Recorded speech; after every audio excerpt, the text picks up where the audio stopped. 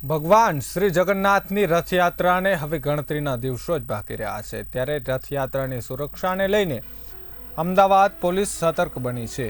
આગામી 27 જૂનના રોજ અમદાવાદમાં ભગવાન શ્રી જગન્નાથની 148મી રથયાત્રા યોજાવાની છે, ત્યારે રથયાત્રાની પૂર્વ તૈયારીઓના ભાગરૂપે પોલીસ દ્વારા બુલેટ માર્ચનું આયોજન કરવામાં આવ્યું હતું।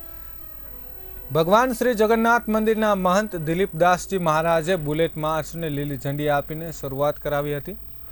રથયાત્રાના સમગ્ર રૂટ પર પોલીસ દ્વારા બુલેટ માર્ચ કરવામાં આવી હતી। રથયાત્રાનો તહેવાર શાંતિપૂર્ણ માહોલમાં સંપન્ન થાય તે માટે અમદાવાદ પોલીસ કટિબદ્ધ છે। રથયાત્રા રૂટ પર 100 જેટલા પોલીસ કર્મચારીઓએ બુલેટ બાઇક પર સવાર થઈને નિરીક્ષણ કર્યું હતું।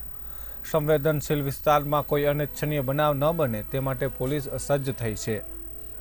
આ બુલેટ માર્ચમાં સેક્ટર જેસીપી સહિત અન્ય ઉચ્ચ કક્ષાના અધિકારીઓએ પણ ભાગ લીધો હતો।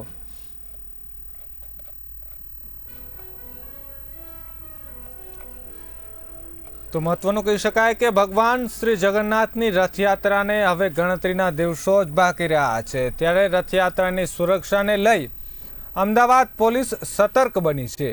આગામી 27 જૂનના રોજ અમદાવાદમાં ભગવાન જગન્નાથની 148મી રથયાત્રા યોજવાની છે, ત્યારે રથયાત્રાની પૂર્વ તૈયારીઓના ભાગરૂપે પોલીસ દ્વારા બુલેટ માર્ચનું આયોજન કરવામાં આવ્યું છે।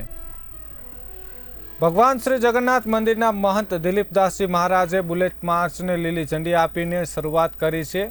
રથયાત્રાના સમગ્ર રૂટ પર પોલીસ દ્વારા બુલેટ માર્ચ કરવામાં આવી હતી। રથયાત્રાનો તહેવાર શાંતિપૂર્ણ માહોલમાં સંપન્ન થાય તે માટે અમદાવાદ પોલીસ કટિબદ્ધ છે। રથયાત્રા રૂટ પર 100 જેટલા પોલીસ કર્મચારીઓએ બુલેટ બાઇક પર સવાર થઈને નિરીક્ષણ કર્યું હતું। સંવેદનશીલ વિસ્તારોમાં કોઈ અનિચ્છનીય બનાવ ન બને તે માટે પોલીસ સજ્જ થઈ છે।